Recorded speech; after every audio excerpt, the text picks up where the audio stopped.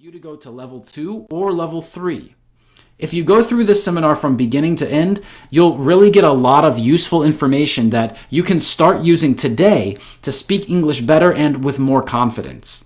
You've made a very smart decision joining this seminar today, and you're going to understand English better than your friends, better than your colleagues, your classmates, and probably better than your teachers if you stay until the very end and use all of the resources and information that I'm going to give you. Now, let's talk about who this seminar is for. It's not for everyone, and I want to tell you who it is for and who it is not for right now.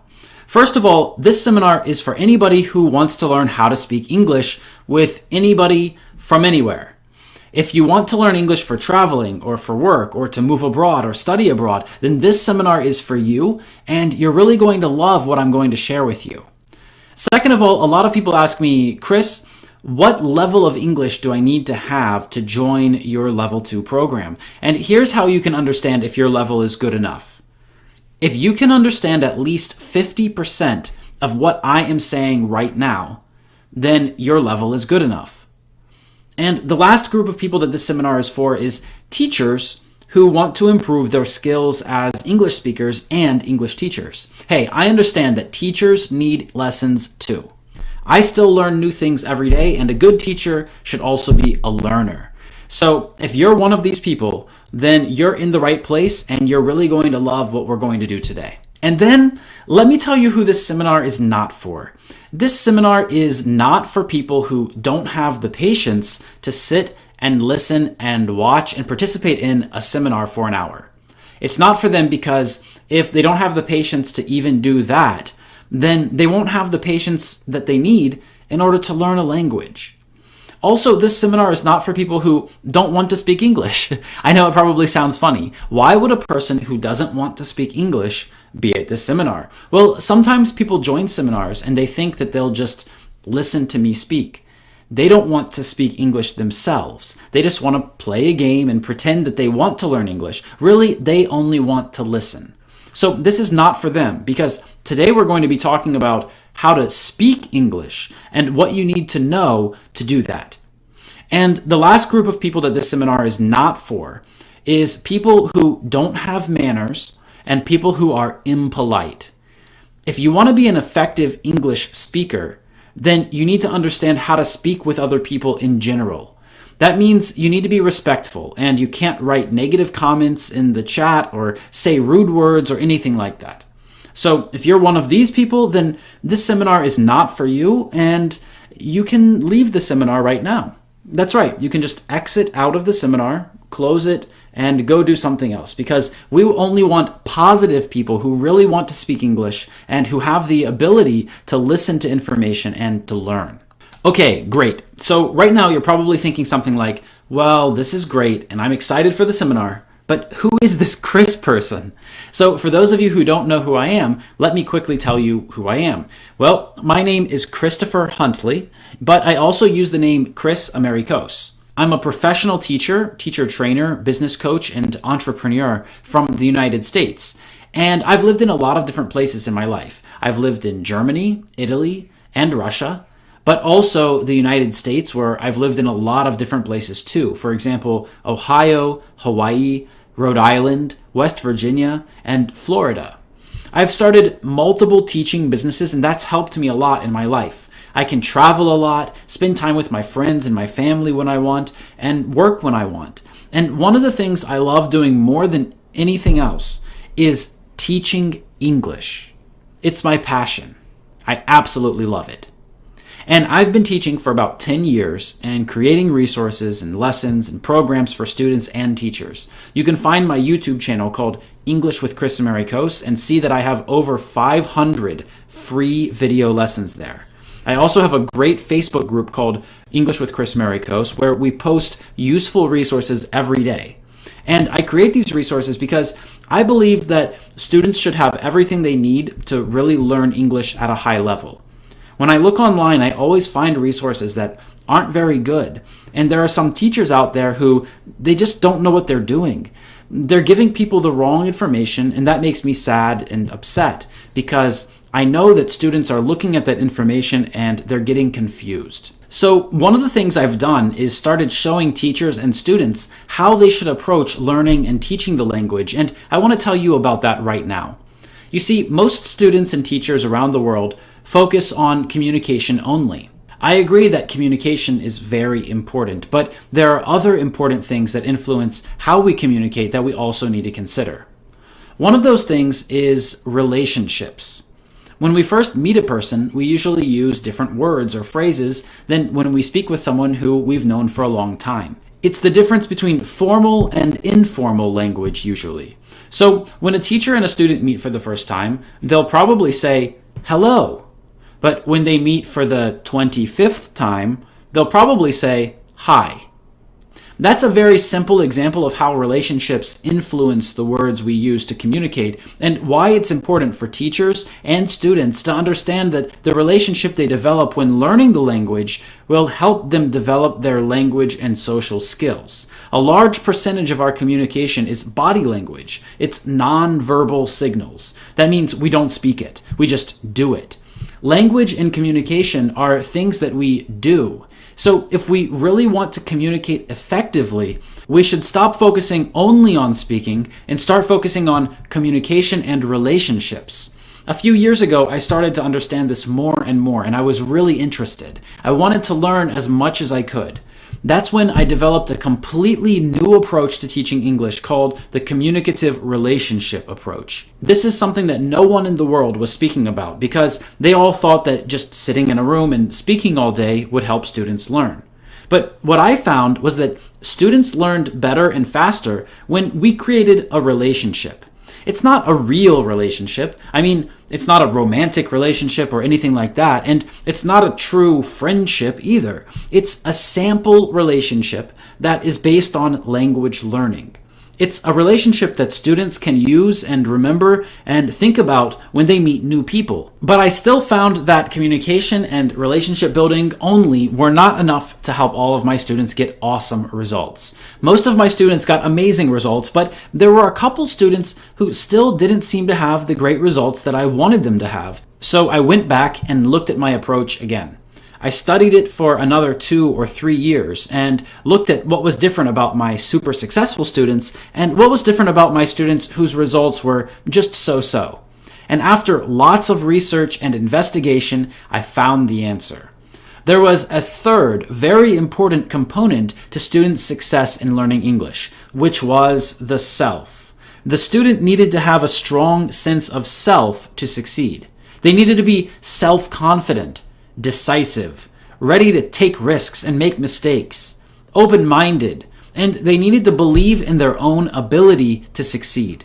So I combined those 3 things together: communication, relationship building, and sense of self, and I created a totally new approach that no one is talking about and no one else is using to get amazing results for every student I work with. This approach is called the integral approach to learning English. So right now, because you are part of this seminar, you're going to learn things that are completely new and no one else is teaching them. They are more effective than traditional ways that people have been learning and teaching English for the past 100 years, and you're going to learn them right now here with me today. Now, let's get started. The first thing we absolutely must do today is set your language learning goals. If you've never done this before, then it might feel a little strange the first time, and that's okay. In fact, it's good if it feels strange, because that means that you're trying something new and you're making progress. If you always feel comfortable, you'll never make progress. So it's good if you feel a little uncomfortable doing this.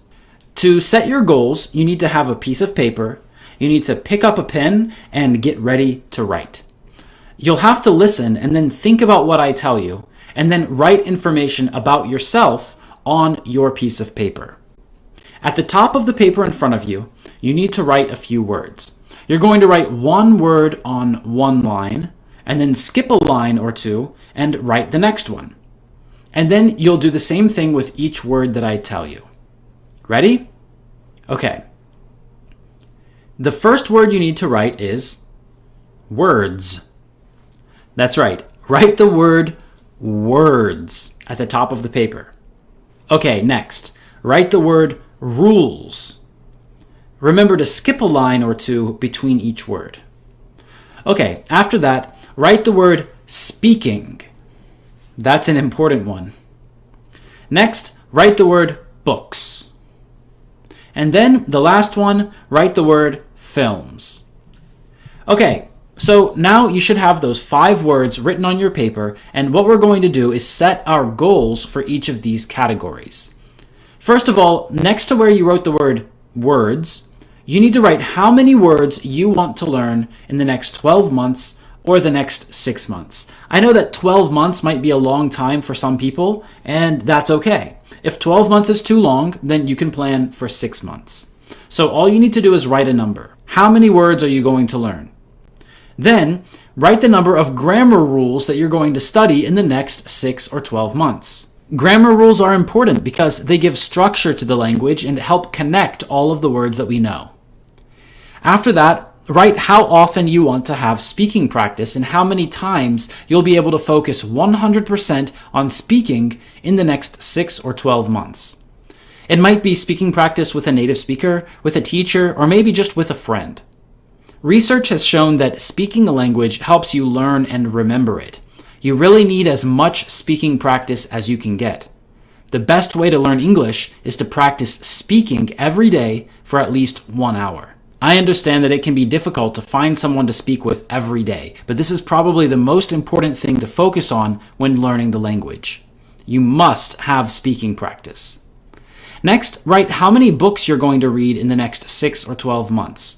They don't have to be hundreds of pages long, and they don't have to be originals, but they must be in English. And lastly, you need to write how many films you're going to watch in English in the next 6 or 12 months. I know that you might not even have enough time to watch entire films, but you should at least be able to find 15 to 30 minutes to watch a TV show.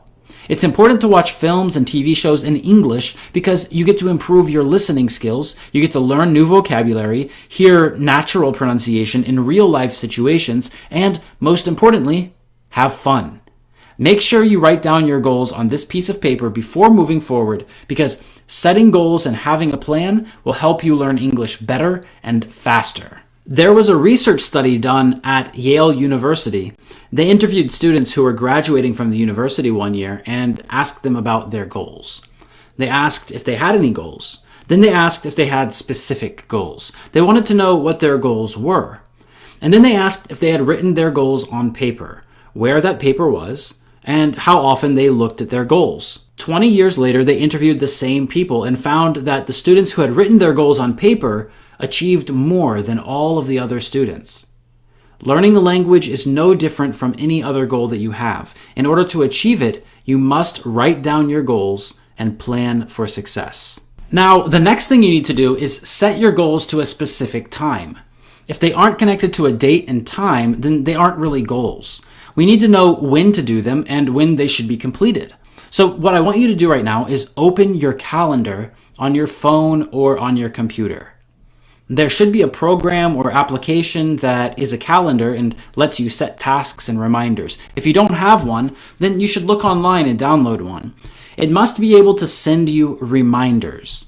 I suggest using Google Calendar. So open your calendar and get ready to write your goals into your calendar. To show you what this looks like, I'm going to give you some suggested goals. Now, these are just an example and you don't have to have the same goals. I just think that these are really good goals, but you can do more or less and you can decide for yourself. So now we have our calendar wide open and we have goals written on the piece of paper in front of us. Next to the word words, I'm going to write 2,000. This is my goal for the next 12 months. Remember, you might have different goals and that's fine. That's okay. You should set your own goals, and my goals that I'm showing you now are just an example. So I wrote 2,000. That's 2,000 words that I want to learn in the next 12 months. I chose the number 2,000 because it's realistic, and it also will give you a great result. If you know 2,000 words, then you'll be able to understand a lot of what people say to you and what people say around you, and you'll be able to speak more and communicate better. Now, a lot of people hear the number 2,000 and they think that that's a really big number. They think it's a lot of words, and it's a little shocking because they think that they could never learn that many words. And I agree, the number 2,000 is big and scary. That's why we want to break that number down into smaller units. Let me show you what I mean. If we learn 2,000 new words in 1 year, that means we learn 167 new words per month, and 39 new words per week, and only 6 new words per day. When you think of learning 6 words every day, it seems easy. But when you think of learning 2,000 words every year, it seems difficult. So let's stop thinking about 2,000 words and start thinking about 6 words. But the next question we should ask is, which words should I learn? And the answer is, the most important words. It's easy to find which words are the most important to learn. Just go online and search for top 100 words in English, or top 200 words in English, or top 1,000 words in English, and you'll find a list of very important words. Then you can separate those words into groups of 6 or 39 or 167, and you can start learning them. You should put your list of words for the day or week or month in your kitchen so you can look at them when you're eating. You should put them in your car so you can think about them when you're driving. Put them everywhere so you always have a reason to think about them and review them. Next, I'm going to write the number 52 next to the word rules. That means you study 4 grammar lessons and grammar rules every month and only 1 every week. So if you're already spending time learning new words every day, then you choose 1 day a week to spend a little more time learning grammar too. You'll need to read the grammar rule, understand it, do exercises to review it, and practice it. To practice it, all you'll need to do is search online for the name of the grammar topic, for example, present perfect, and then write the word activities or exercises. This will give you lots of websites that will check your answers automatically, so you'll know if you're right or wrong, and if you really understand it or not. The next question is, how many times should you have speaking practice? And the best answer here is every day. The more practice you have, the better. You can never have too much practice, but I understand that you might not be able to practice speaking every day. So I'm going to write the number 52 next to the word speaking. That means you need to have speaking practice just 1 time a week. Remember that I recommend having speaking practice every day for an hour, but for our example here, I'm writing 52. And you need to understand that speaking practice does not have to be with a native speaker. It could be with a friend or a colleague or a family member too. The most important part of speaking practice is the speaking part. You must speak. But a lot of people have problems finding a speaking partner. They tell me that they can't find anyone to speak with. And that's why I've created a special resource that will help you get speaking practice every day and will help you find speaking partners. And I'll tell you more about that later in the seminar. Next, let's talk about books. Here next to the word books, I'm going to write the number 20. That's how many books I think you should read each year. If you read more, that's great too. They don't have to be long novels and they don't have to be originals. You can read children's books just to get started reading in English, or magazines or something else that interests you. The main idea is that you need to read something from beginning to end and you need to actively read. Now, what does that mean? Well, active reading means that you don't just read the words in the book and then forget about them. No. You need to have a pen and paper with you when you read. When you find a word or phrase that you don't know or don't understand, you need to write it down and look it up in the dictionary or translator and learn what it means in that context. When you're choosing a book to read, it's important to choose simple books or simple literature. You should be able to understand at least 80 to 90% of the words and the content of the books that you're reading. If you understand less than that, then it won't be interesting and you're going to have a very difficult time finishing it. So when you're looking for a book to read, you should open the book to a random page and see how many words you know and how many words you don't know on that page.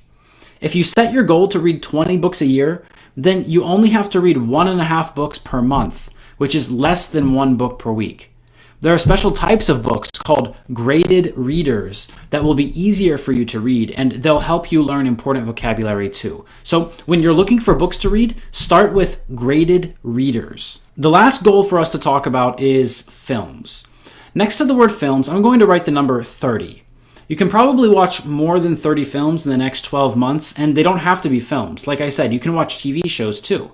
But just like with books, you need to not just watch, but actively watch. So that means you need to have a pen and paper with you when you watch and write down words and phrases and then learn what they mean in that context. The reason we need to watch and read with a pen and paper is because we're not just doing these activities for fun. They might be fun too, and it's great if you have fun while you're learning, but you need to approach watching films and reading books as an English lesson.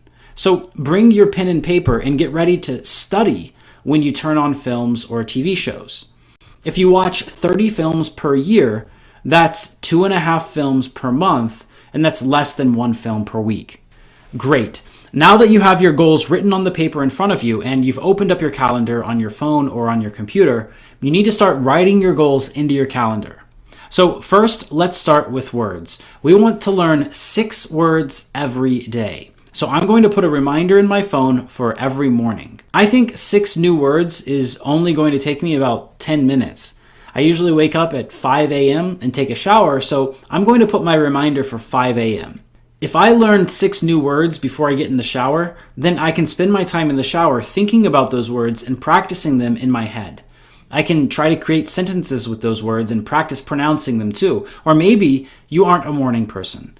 You could set a reminder to learn 6 new words before you leave your house and go to work. Then when you're on the bus or in your car, you can repeat them, you can review them, you can practice them. And we want to do that every day, even at the weekend. Next is grammar. I'm going to choose 1 day a week to learn a new grammar rule and practice it.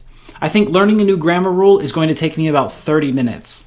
I like to get difficult tasks done early in the week, so I'm going to put this one on Monday and set a reminder for every Monday for the next year. I'm usually really busy on weekdays, so the only time I really have is in the evening after work, and that's when I'll study grammar. After that, I need to plan my speaking practice. This one's difficult because it depends on other people. I need to have a speaking partner and I need to plan the days and times with them. Or you could do it a much easier way and join a regular speaking club or international speaking practice group. I'll tell you more about that a little later. Like I said, it's best to practice speaking every day because that will take the words and knowledge that you learn in your own time and make them active. If you don't activate your knowledge, then you'll forget it really fast. So for now, we can't put a date or time in our calendar, and instead we're going to put a big task in the calendar for today after this seminar is finished and write, find speaking partners for daily speaking practice. Great. Next, we need to add reminders about books and films. In my opinion, the evening is the best time to read books. It's a better way to relax than just surfing the internet and looking at funny pictures of cats, right? What you want to do is you want to see how many pages are in the book that you're going to read and divide that number by the number of days it will take you to finish it. So if we need to read 1.5 books every month, then we can say that we have about 18 days to read 1 book. If our book is 100 pages long, then we have to read 5.5 pages every day. So in my calendar, I'm going to give myself 30 minutes every evening to read 5.5 pages. You might read faster or slower, but remember that you aren't just reading. You're also taking notes and learning new words and phrases. And we want to do the same thing with films. We usually watch films from the beginning to the end, so we need to find a day when we can dedicate an hour or 2 hours to watching the whole film. For me, I'm too busy during the week to do this, so it has to be at the weekend.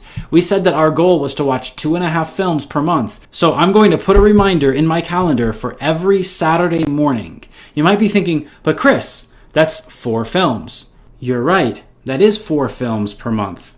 But what we really need to do is understand the film, so we might have to watch the same film 2 times or even more times. You'll probably enjoy the film more the second time after you've learned new words and phrases. We need to look at how long the film is and put that in our calendar. So now you should have your goals written on that piece of paper in front of you. You should have your goals in your calendar with reminders. And there's still one more thing that you need to do. You see, if you just wake up and try to complete your goals as they are now, you'll fail because you haven't prepared anything. Which words are you going to learn? Which grammar rules are you going to study? Who are you going to speak with? Which books are you going to read? Which films are you going to watch? If you make those decisions every day and every time you get a reminder on your phone, then you'll waste all of your time planning and you won't spend that time studying. You need to do the planning first. So let's do that now. We've already talked about how you can find the top 100 or 200 or even 1,000 words in English, right? All you need to do is search on Google. So you need to print that list of words out and then separate it into groups of 6 words. When you're doing this, you want to make sure that the words are not simple words that you already know. For example, words like if or but or in. If you understand what I'm saying right now, then you probably know those words already. So you might need to start from the end of the list of most popular words. Another option is searching for lists of words about a special topic, for example, medical English or legal English or other professional spheres. You want to plan your words for the whole month so that you don't have to spend time planning every day again and again. And then next month, you'll do the same thing. So you need to go back to your calendar right now and schedule a planning day. On your planning day, you're going to plan which new words you're going to learn that month, which grammar rules, when you're going to have speaking practice, which books you'll read, and which films you'll watch that month. You'll probably need about 60 minutes the first time you do it, and then you'll need 30 minutes every month after that. I think the best day to schedule this for is the last day or the next to last day of the month before. So if you're planning for September, then you would plan and make your calendar and set your goals on the last day or next to last day of August. That's how you're going to plan everything. Now you understand how to find the words you need to learn. Grammar rules are going to be the same, really. You need to go to an English textbook or English website that teaches English and find the different grammar topics. Start from your current level. So start with stuff that you know a little bit about, but you haven't mastered yet. Start with those topics and then just follow the book you're using. I recommend New English File. I love that textbook and I use it with all of my students, but you can choose any textbook really. After that, speaking practice. We said that you need to find speaking partners and try to find a club or group where you can have regular speaking practice. Everyday practice is really the best way to start speaking and learn the language. Then we need to choose the books and films that we're going to use to learn English. This is really easy, and I suggest finding children's books and films first. This is going to help you because you're not going to be so interested in the story or the action of the film or book, but instead, you'll be focused on learning new words and phrases. So during your planning day, you're going to decide which words, which grammar topics, which books, and which films to study. And you're going to make plans for speaking practice. Now we're going to talk about some problems that people have when they try to learn English. What you need to understand about planning and setting goals when learning English is that if English is not part of your life, then it's just a game or a hobby. I'm sure you have hobbies. Maybe you listen to music or you play tennis. Are you a professional tennis player? If it's just your hobby, then you're not a professional. Hobbies are things that we do sometimes. They're things that we might like a little bit, but they aren't important enough for us to spend a lot of time doing them regularly. I mean, when are you going to use tennis in your real life? Only if you go to a tennis court and play tennis. But English is different. If you want to be great at English and if you want to speak fluently, then you have to make English part of your real everyday life. You need to find activities that you already do and start associating them with English. Maybe you spend a lot of time cooking. You could write your cooking instructions in English. You could make a rule in your life that every time you cook, you study English or watch an English TV show. Maybe you are a business person and don't have a lot of free time. Well, when you're driving to work, you could be studying English. You need to find real activities that you already do in your life and add English to them.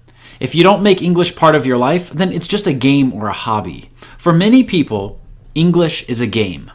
They think it's fun to translate words and remember that this English word means this in their language and another English word means that in their language. They aren't serious about really knowing and using English in their life. They use it when they travel so they can buy food or so they can add an English word in their speech when they're speaking their first language and make jokes. It's a game for them.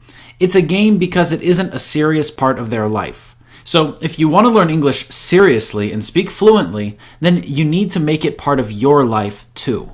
Another problem I see a lot of students have is that they don't really like learning English. In fact, some of them just don't like learning anything.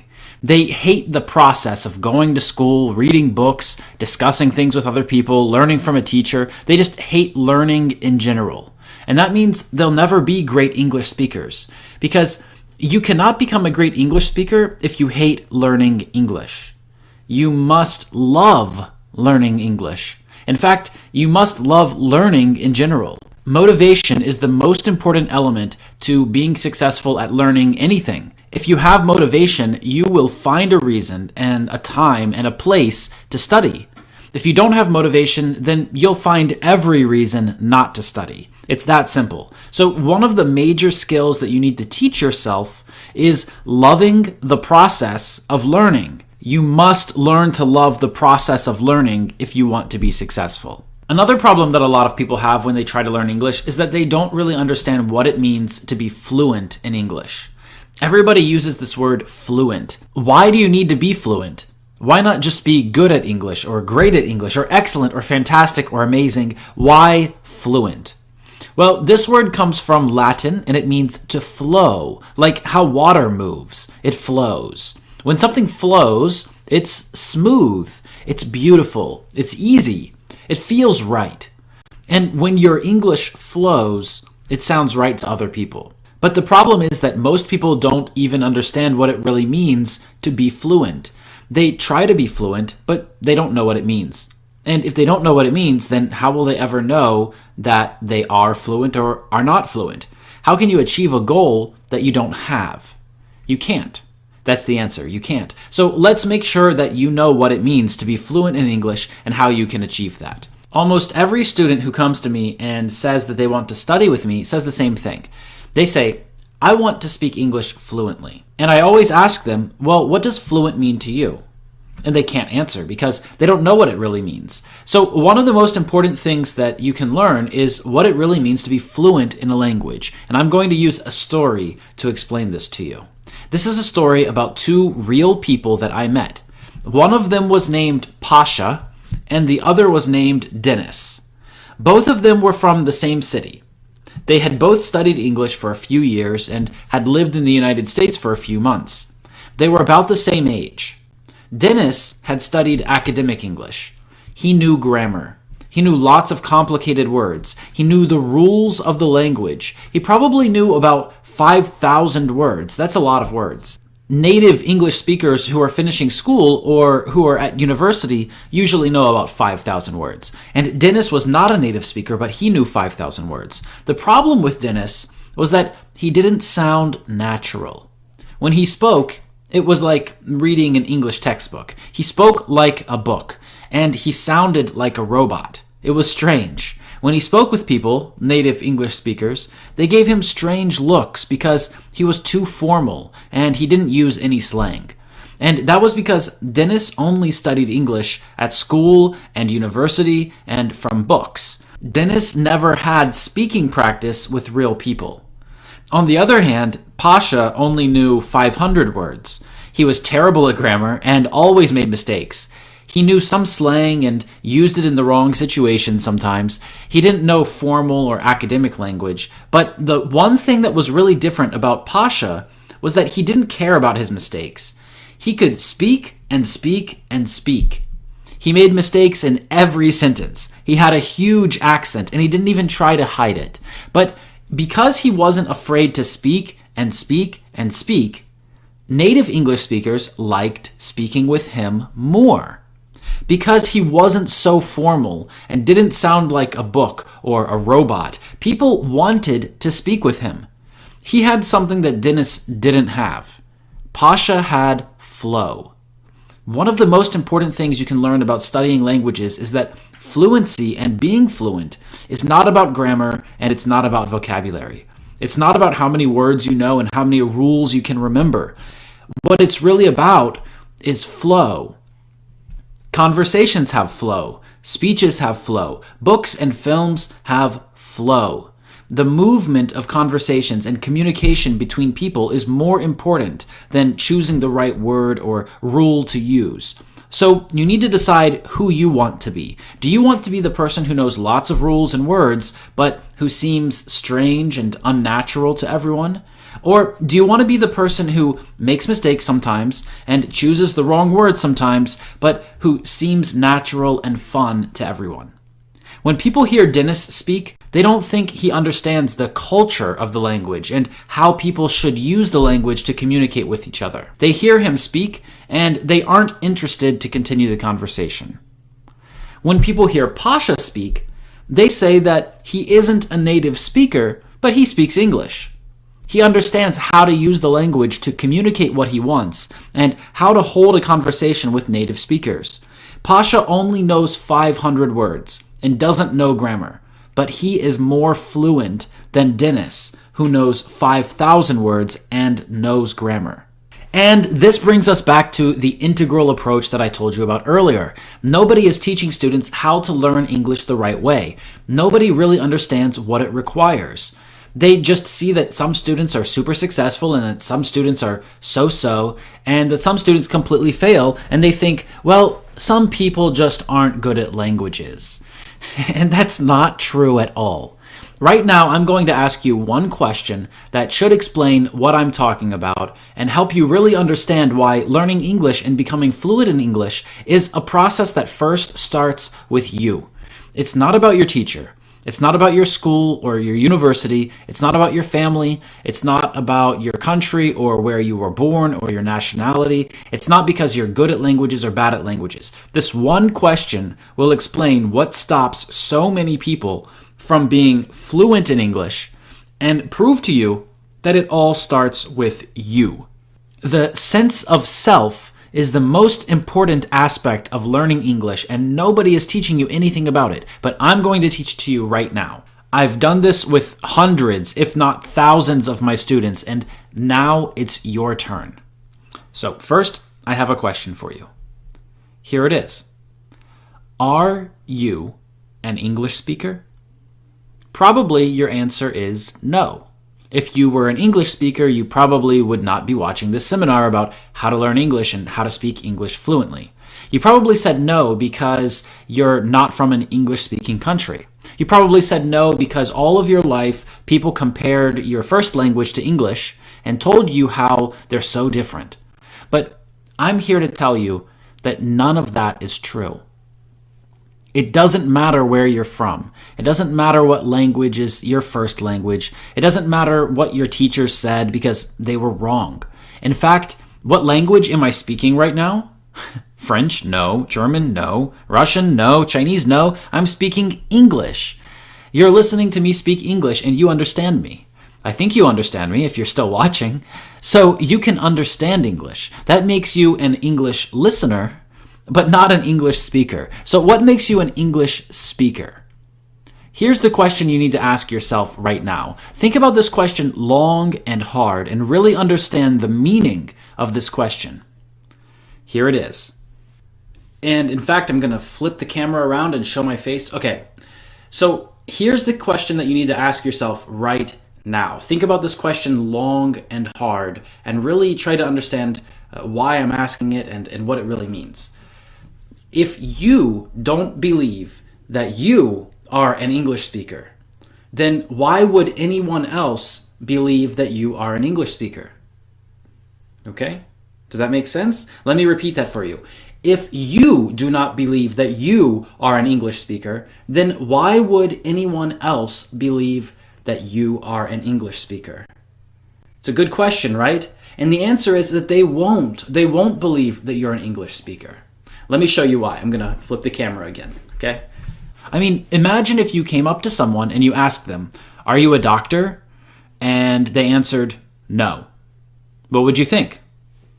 You would think they aren't a doctor. Being fluent in English is about believing in yourself first. If someone asks you, "Are you an English speaker?" and you answer, "No," well, of course, they're going to think that you don't speak English. And if you come up to someone and you don't truly believe that you are an English speaker, then they're going to feel it. They're going to know that you don't believe it. They're going to see it in your eyes, and they're going to think that you don't know English. When you go up to them and in your mind you're thinking in a different language and telling yourself that you're not sure about what you're going to say in English, the person you speak to will know that. So the first thing you need to do in order to become an English speaker is believe that you are an English speaker yourself. We've already decided that you are an English listener because you understand what I'm saying and you're still here. So what does it take for you to become an English speaker? All you need to do is speak. That's it. Just open your mouth and say the words. Right now, while you're listening to this seminar, I want you to speak to yourself. That's right. People around you might think that you're crazy, but this is how it all starts. You need to say right now, I am an English speaker. I speak English. Say it again. I am an English speaker. I speak English. Again, I am an English speaker. I speak English. Keep saying it until you believe it. When you take a shower, say it 10 times. When you drive to work, say it 10 more times. When you wake up in the morning, say it 20 times. Remember, if you don't believe that you are an English speaker, then nobody else will believe it either. It all starts with you. In fact, it doesn't matter how many words you know. It doesn't matter which grammar rules you know either. It doesn't matter if you have an accent or not. It doesn't matter. Well, nothing really matters. The only thing that matters is if you can open your mouth and make sounds that are words in English. If you can do that, then you're an English speaker. There's one mistake that you can make that will stop you from being an English speaker and becoming fluent in English and improving your English speaking skills. There's only one mistake. You don't need to worry about grammar rules and you don't need to know thousands of words. There's only one mistake that you truly need to avoid. Here is a rule to remember so that you don't make that mistake. The rule is the only mistake is not speaking. I'll repeat it. The only mistake is not speaking. That means if you don't speak and don't practice speaking and don't open your mouth and make English language sounds, then you're making a mistake. It also means that if you say the wrong word or use the wrong grammar form or write the wrong letter or if you have an accent, it's not a mistake. Those are not mistakes. When you're learning English, those are not mistakes because each of those things is a chance for you to learn more and grow more. Those things help you develop your skills. The only mistake is not speaking. When you have the chance to speak and you don't speak, you just lost an opportunity. When someone tries to talk to you and you ignore them because you're afraid to say the wrong thing or afraid that they won't understand you or that they're going to know that English isn't your first language, that's a mistake. When you don't speak, that's a mistake. There are no other mistakes when you're learning English. Only that one. That's why you need speaking practice every day. Even if you don't speak correctly, you can get a job, study at a university abroad, meet people, have fun, and live life. If you don't speak when you should, then you'll never make connections with people. You'll never get the job you want. You'll never go to the school or university that you want, and you'll just miss out on a lot of things in life. There's only one mistake when you're learning English, so don't make it. Make a decision right now that you're going to get speaking practice every day, and you are not going to miss out on opportunities to have the life that you want. Now, let's talk about another big problem that a lot of English language learners have. A lot of people who are studying English come to me and say, Chris, I want to lose my accent. Or, Chris, I want to speak like a native speaker. And at first, I was surprised when people said this to me. Now I understand that most people in the world think like this, and teachers everywhere have been teaching students that they need to lose or reduce their accent, and they need to perfect their pronunciation in such a way that will sound like a native speaker. Sounding like a native speaker is really important for a lot of people, but they don't understand what it means to sound like a native speaker. Just like almost everyone is confused about what it means to be fluent in English, they're also confused about what an accent is and how to improve their pronunciation. You see, the truth is that everyone has an accent. I have an accent, You have an accent. I've never met you before and I've never heard you speak, but I know you have an accent because every person has an accent. It's not a bad thing. It's not a good thing or a bad thing. It's just an accent. It's life. Accents are just sounds that people usually use in the place that you're from. That's it. Nothing more. In fact, if a family from one place moves to another place and then raises a child there, the child will usually have the same accent as the family at home. So having an accent is not bad and it's not good. It's just an accent. Everyone has one. People from New York have a New York accent. People from London have a London accent. Every place or region has some kind of accent, and sometimes special groups of people or subculture groups also have special accents. So when students come to me and tell me, Chris, I want to speak like a native speaker, I say, okay, which native speaker? They're usually confused and they say, an English speaker like you. And I have to remind them that there are lots of native speakers who speak differently. This is why we have to set goals first. If you want to move to Australia and get a job there, then you need to learn a different accent and different phrases than someone who wants to study at a university in London. If you want to work in South Africa for a year, then you need to learn a different accent and different phrases than someone who wants to immigrate to the United States. So be more specific. It's a really big problem that a lot of students have. They don't set specific goals. They say, I want to speak like a native speaker, but they don't really understand what that means. After you decide which type of native speaker you want to sound like, you need to ask yourself a very important question. What would an English speaker do? You should ask yourself this question when you're doing usual things throughout your day and in your life. Even when you aren't studying English, ask yourself this question. If you need to find some information online, ask, what would an English speaker do? Well, English speakers use English resources like Google to search for information. If there's a different website that's more popular in your country, then you need to start using Google and start thinking about what words you can use to search for and find the information that you need. If you don't know what a word means, ask, what would an English speaker do? Well, English speakers feel like they should know their own language, so when they come across a word that they don't know, they look the word up in the dictionary. It still shocks me how students who are studying English and who don't believe that they are an English speaker don't look up new words when they hear them. Instead, they just tell themselves, well, I'm not an English speaker, so of course I don't know that word. That's crazy. When you hear or read a new word, you need to find out what it means. And even more than that, you need to love the process of finding out what it means. Another thing that happens a lot is that students come to me and tell me they want to lose their accent or reduce their accent. They're always surprised by my answer. You'll probably be surprised too, but this is the truth. You can never lose your accent. That's right, it's never going to happen. You can try and try and try for years and years, but you won't get rid of your accent. And you don't need to. What you need to focus on is adding a new accent, not getting rid of your old accent. You see, an accent is just like a collection of sounds, and you're never going to forget how to make those sounds. I don't think you want to forget how to make those sounds. Those are the sounds of your first language. Then you wouldn't be able to speak to your family and friends. Instead, you want to add more sounds and be able to speak to more people. So there's no reason to reduce or lose your accent. Focus on gaining a new accent. When people try to improve their pronunciation, they also don't usually go about it the right way. You see, one of the most important aspects of pronunciation is listening. That's right. If someone is really good at listening, they can develop great pronunciation because they can hear the different sounds that native speakers make.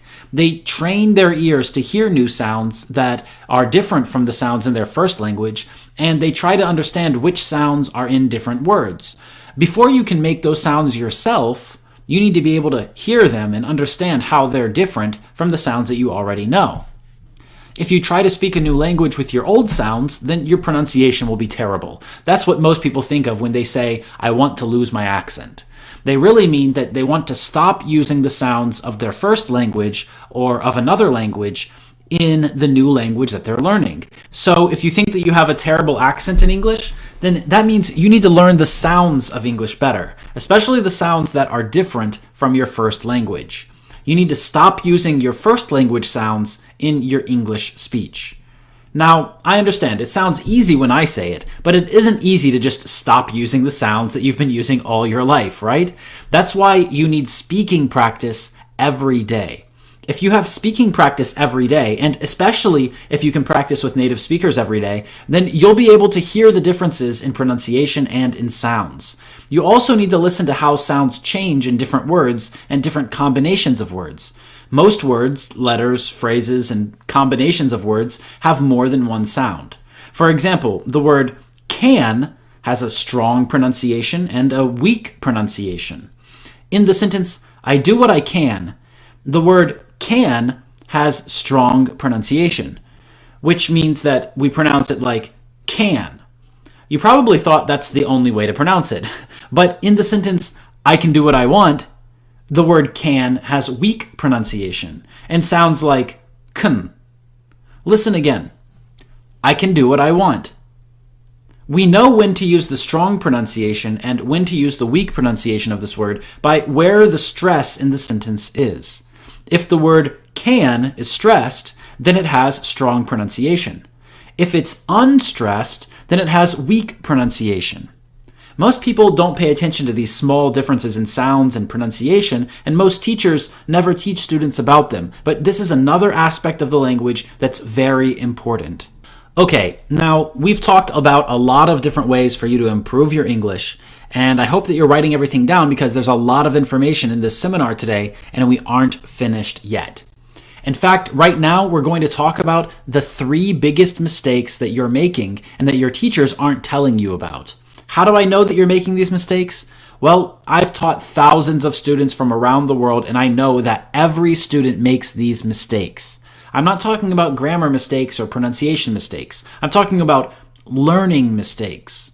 Mistakes in the process of learning English.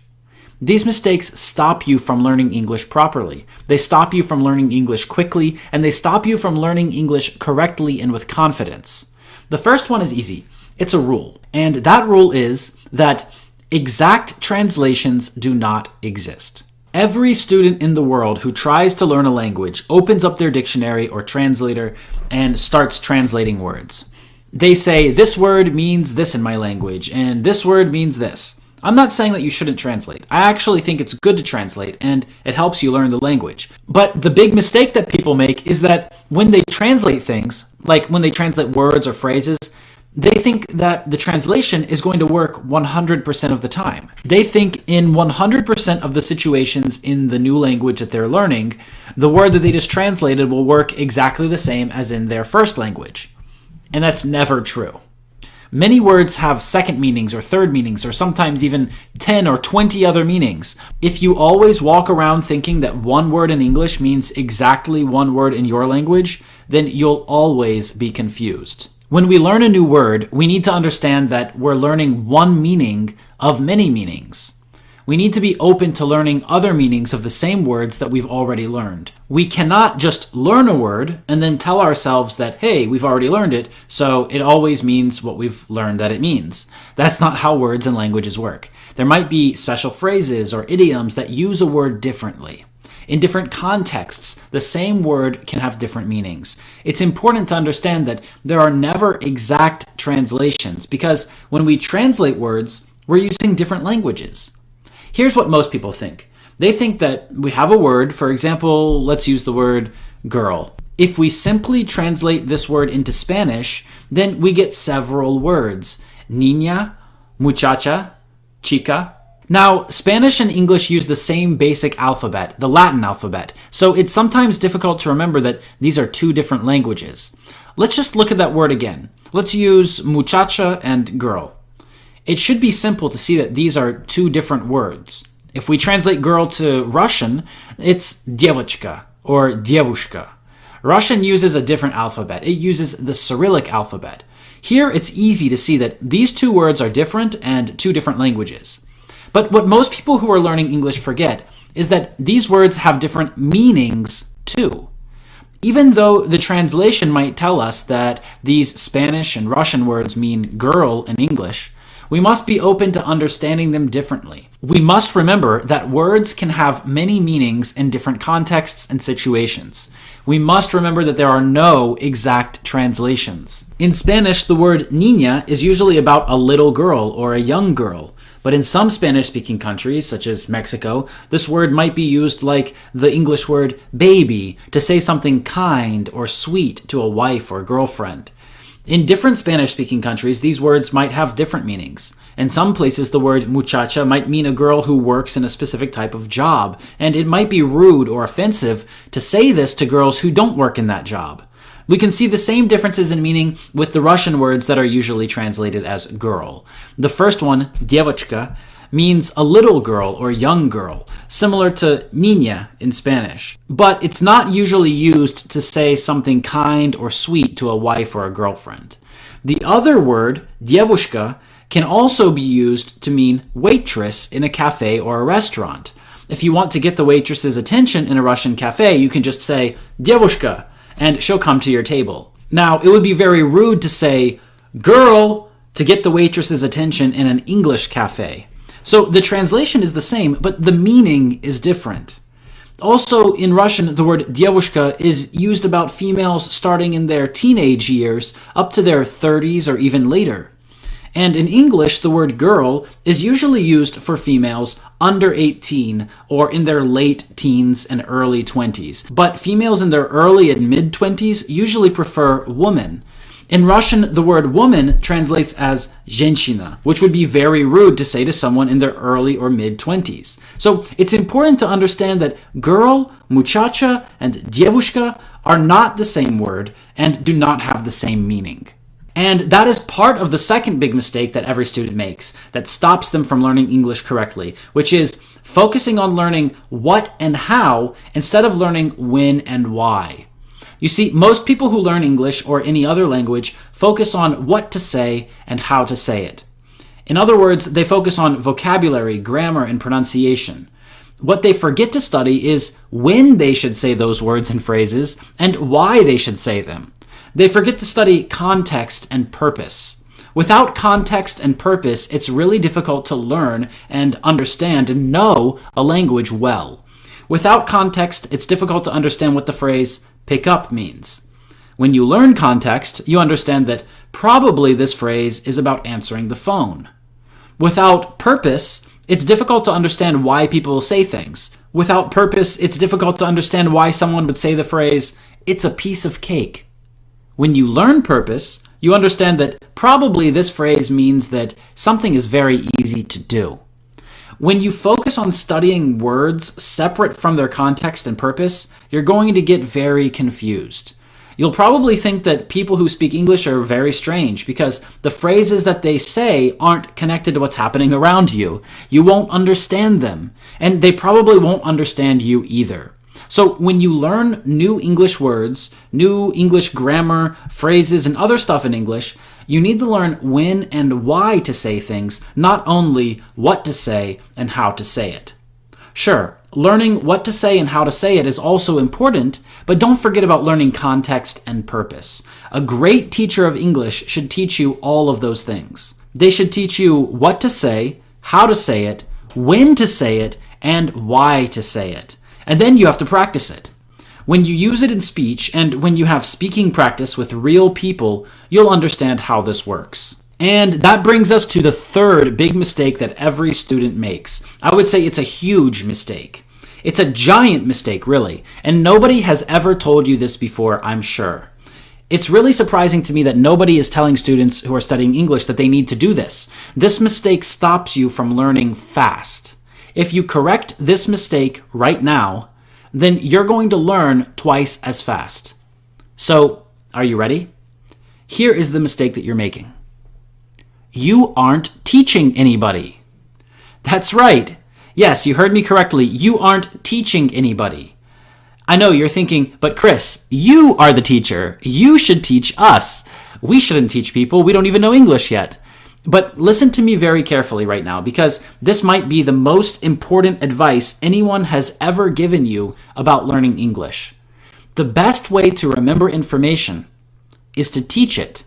The best way to understand information on a deep level is to teach it. The best way to make information a part of you so that you never forget it and you can always go back and use that information is to teach it. It's not important that you're still studying English. If you know one word of English, you can teach someone who knows 0 words. If you know 2 words, you can teach someone who knows 1 word. It's not important how many words you know or how much grammar